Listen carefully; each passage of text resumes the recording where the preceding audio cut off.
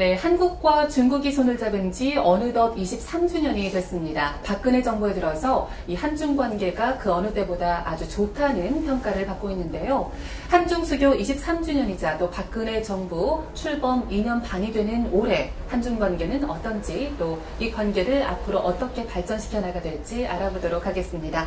국립외교원 정상기 중국연구센터 소장과 함께하도록 하겠습니다. 어서 오세요. 네, 안녕하세요. 네, 안녕하세요.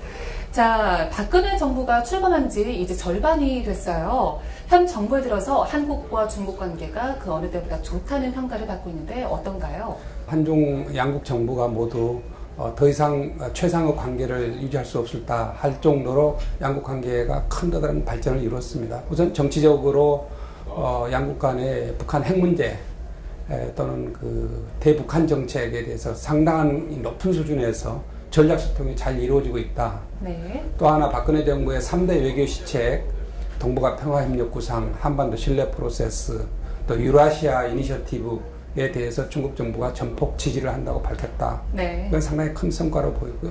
네. 경제적으로 다들 잘 기억하시고 있겠지만 그 한중 자유무역 협정에 그렇죠. 저희가 서명을 했고 내년에 발효를 앞두고 있습니다. 그다음에 중국이 추진한 그 아시아 인프라 개발은행 AIIB에 저희가 금년 3월에 가입을 했습니다. 그렇죠. 또 문화면에서도 2년 전에 정상회담에서 한중 간의 그 인문 교류를 시작하자.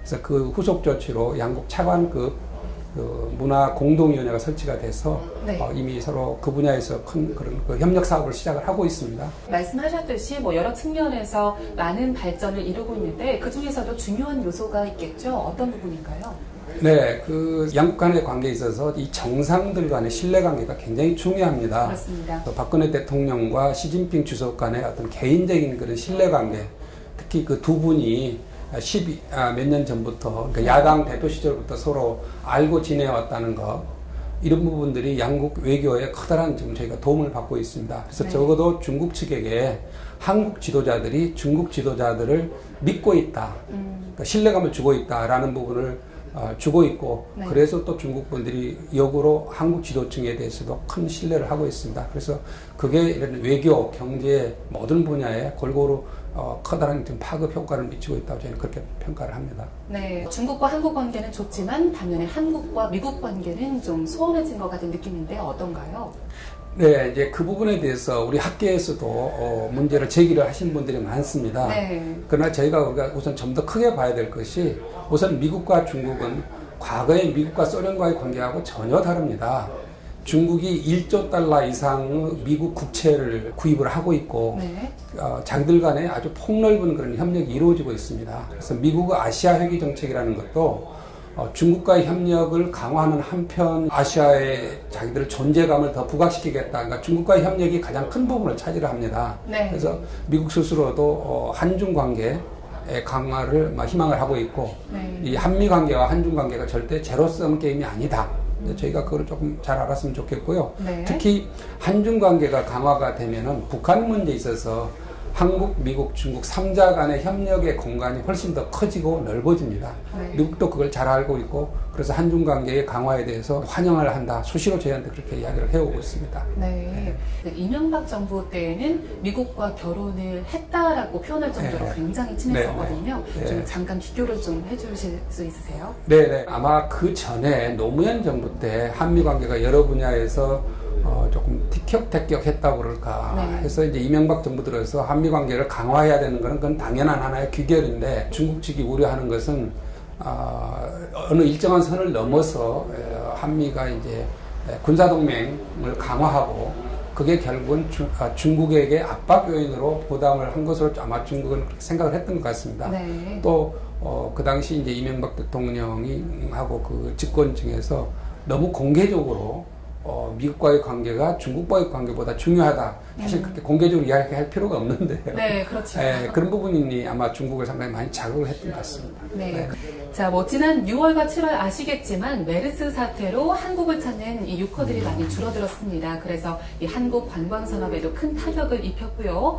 또 여기에 중국 증시 폭락과 내수 부진 등 여러 악재가 겹치면서 우리의 대중국 수출도 빨간불이 켜져 있는 상태인데요. 그만큼 우리 경제가 중국 경제에 대한 대한 의존도가 높다는 말이죠. 어떤가요? 우리 수출의 25%가 중국으로 갑니다. 네. 그래서 우리 전체 수출, 대중국 수출 물량이 미국과 일본에 수출한 것보다도 합쳐도 그 금액보다 더 높습니다. 네. 그래서 이제 저희로서는 사실 중국이 경제가 잘 돼야 됩니다.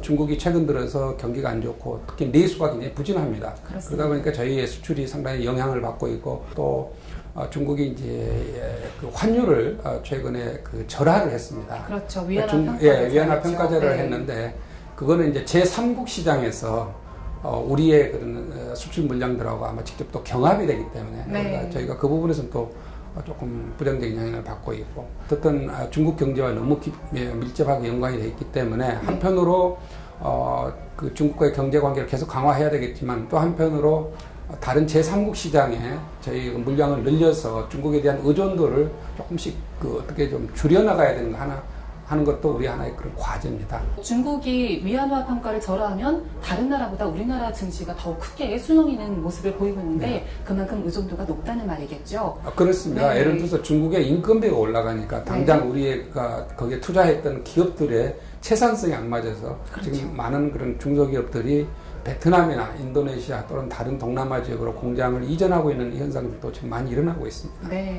자, 그렇다면 우리가 정말 빨리 이 대응책을 마련을 해야 될 텐데 기업 측면에서는 어떤 준비를 해야 될까요? 네, 그 중국의 대내 정책이 우리 기업들의 투자 활동 또는 우리의 수출에 직접적인 영향을 미치기 때문에 사실 기업으로서는 그런 중국의 변화 동향을 잘 관찰하고 분석하고 할 수밖에 없습니다. 중소기업들로서는 조금 어렵기 때문에 그런 부분이 이제 우리 정부 또는 각 연구기관, 코트라도 있고 무역협회 등등과 서로 유기적으로 협력관계를 갖고 그런 정보를 또 공유하고 계속 대책을 세워나가야 될 것으로 생각을 합니다. 네, 그렇습니다. 정보 공유가 가장 중요하겠죠. 네, 그렇습니다. 9월 3일 중국에서는 전승절 기념 행사가 열리죠. 이 전승절 행사에 박 대통령이 참여를 하느냐 마느냐 많은 고민들이 있었는데 중국에서는 박 대통령의 참석을 아주 기대를 하고 있었죠. 그렇습니다. 저도 며칠 전에 중국에 잠깐 출장을 다녀왔습니다만은 만나는 관리들, 학자들이 전부 최대의 관심사가 박근혜 대통령이 참석을 하시느냐 또 참석을 하시면 열병식에 또 참석을 하시느냐 그 부분이었습니다. 그건 뭐 당연하다고 저는 생각을 합니다. 그러니까 중국이 지금 크게 그 행사를 하는데 여러 나라에서 국가 정상들이 참석을 합니다.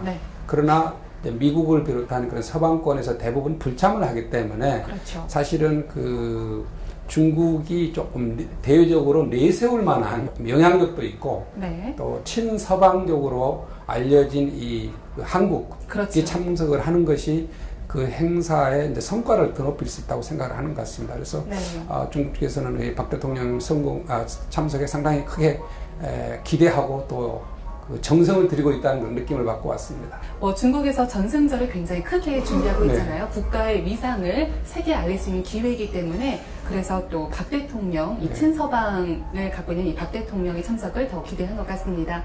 자, 중국 입장에서는 고마운 일이지만 우려할 부분도 있다고 들었어요. 어떤 부분인가요? 네, 이제 한일 전쟁 70주년 기념 행사 자체는 문제가 없습니다. 그러나 이제 그와 동시에 그 행사 중에 하나가 중국의 그 아마도 15,000명, 20,000명 대규모 병력, 그다음에 첨단 무기를 동원해서 천안문 앞에서 이제 퍼레이드를 하는 게 있는데 사실은 그건 엄밀히 말하면 그거는 이제 전승절 행사하고는 조금 관계가 있는지 없는지 본인들 물론 다 관계가 있다고 합니다만 결국은 중국의 그런 어떤 그런 부강한 국력 또는 그런 강력한 군대를 대외적으로 과시를 하는 것으로 이제 평가가 되고 거기에 굳이 한국의 대통령이 참석할 필요가 있는가? 아마 우리 국내에서는 이제 또 그런 우려의 시각들이 많이 있죠. 근데 그 열병식도 참석하는 분위기로 잡혀 있죠?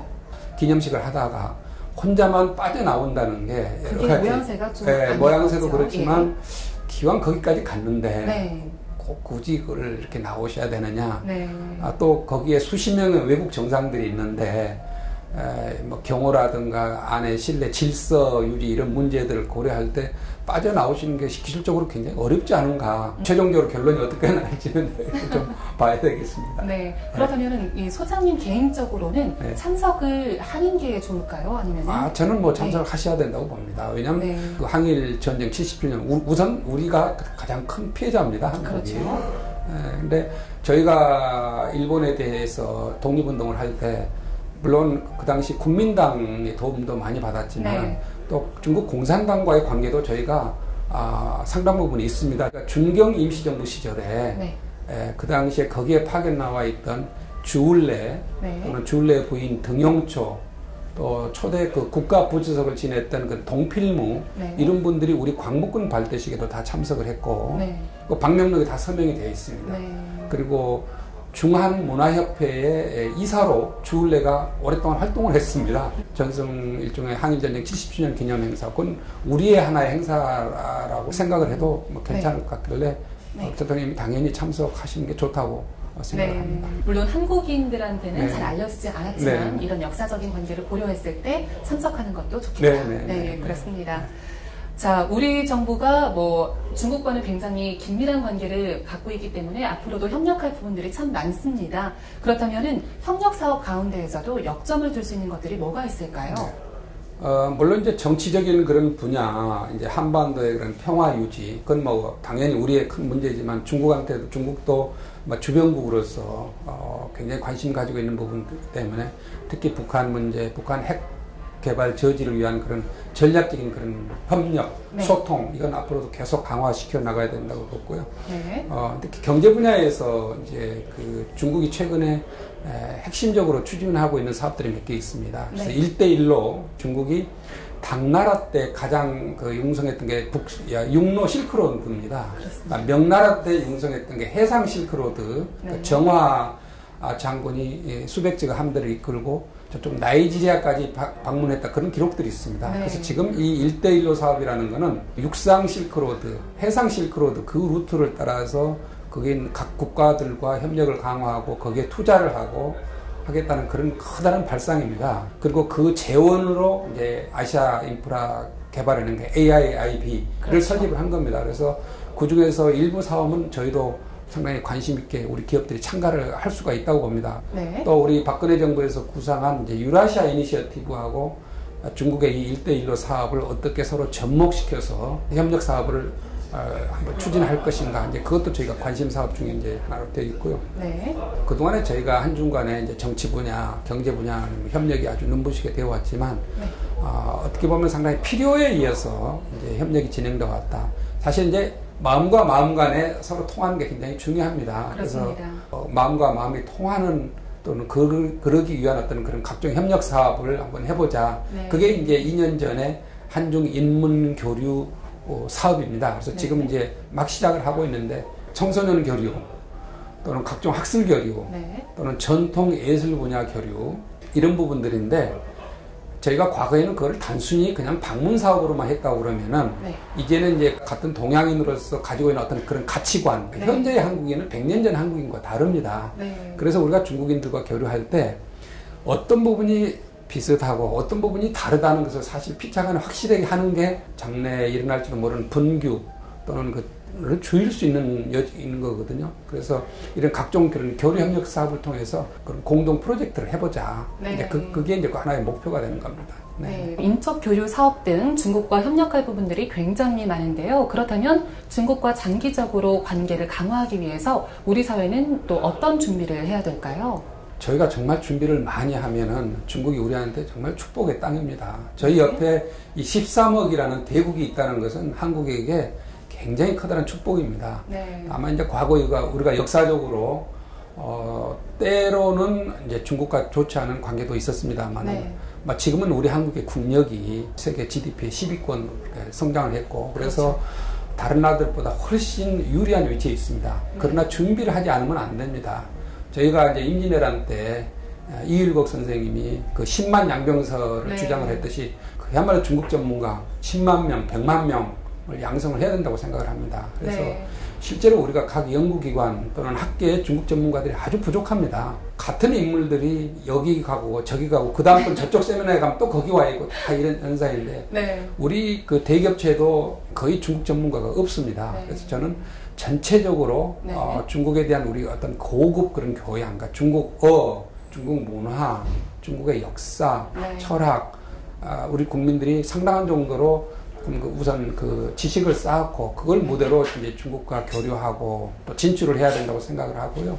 또 하나는 이제 각 분야별로 지금 이제 우리가 추교가 지금 23년째인데 네. 상당히 많은 전문가가 이제 나오는데 횡적으로 정보 공유가 전혀 안 돼 있기 때문에 기업 또는 정부 학계 간의 이런 횡적인 정보 공유 그 시스템이 사실은 만들어져야 되는데 네. 그게 이제 앞으로 하나 저희 과제가 될 겁니다. 네. 우리 국민들이 전략적으로 행동을 했으면 좋겠어요. 2008년에 양국 네티즌들 간에 엄청 서로 싸운 적이 있습니다. 네. 왜 한국은 공자가 한국 사람이라고 그러느냐, 네. 단오제 여러 가지 부분에 대해서 젊은 이제 청소년들 간에 네. 그런 비난점이 있는데 결국은 그게 양국한테 다 소원이지만 저희로서는 서로 이제 칭찬하고 네. 그럼 결국은 13억이 내 편으로 만드는 그런 이제 전략적인 그런 마인드가 있었으면 좋겠어요. 예를 들어서 이번에 지금 천진에 네. 큰 폭발 사고가 나서 그렇습니다. 중국은 굉장히 애도 분위기입니다. 네. 저는 전 국민들이 자기 아는 중국 사람들한테 편지도 보내고 이메일도 보내고 정말 이거 빨리 극복하기 바란다. 네. 어려울 때 한국이 우리를 그래도 알아주는 거구나. 그렇죠. 그래서 그게 정말 양국의 그런 경제 협력 관계에도 분명히 영향이 저는 있다고 합니다. 네. 마지막으로는 저희가 이제 산업 분야에 있어서는 중국을 앞으로 계속 이기기가 힘듭니다. 특별히 우리가 중국보다 강한 분야가 하나 있습니다. 그거는 저희가 이제 선진 사회로 이미 진입이 돼 있기 때문에 질서를 지키고 남을 배려하고 사실은 중국은 너무 그 나라가 크고 아직은 개발도상국이라고 저희가 보기 때문에 네. 그런 분야를 우리가 따라오려면 아직 멀었습니다. 그래서 네. 저희가 한국에 오는 중국 사람 또 모든 외국인에 대해서 정말 좀 더 따뜻하게 하고 마음을 열고 배려하고 그 부분이 결국은 우리가 중국을 이기고 중국 사람들의 마음을 얻을 수 있는 게 아닌가 그렇게 네. 생각을 합니다. 네. 네. 한중수교 23주년을 맞이한 올해 정상기 중국연구센터 소장과 함께 한중 관계 현 주소와 또 앞으로 어떻게 발전시켜 나가야 될지 알아봤습니다. 한국과 중국은 가장 가까운 나라이기 때문에 앞으로 협력할 부분들도 굉장히 많겠죠. 양국의 협력을 통해서 각국의 위상이 높아지길 바라겠습니다. 네, 고맙습니다. 네, 오늘 나와주셔서 고맙습니다. 네, 감사합니다.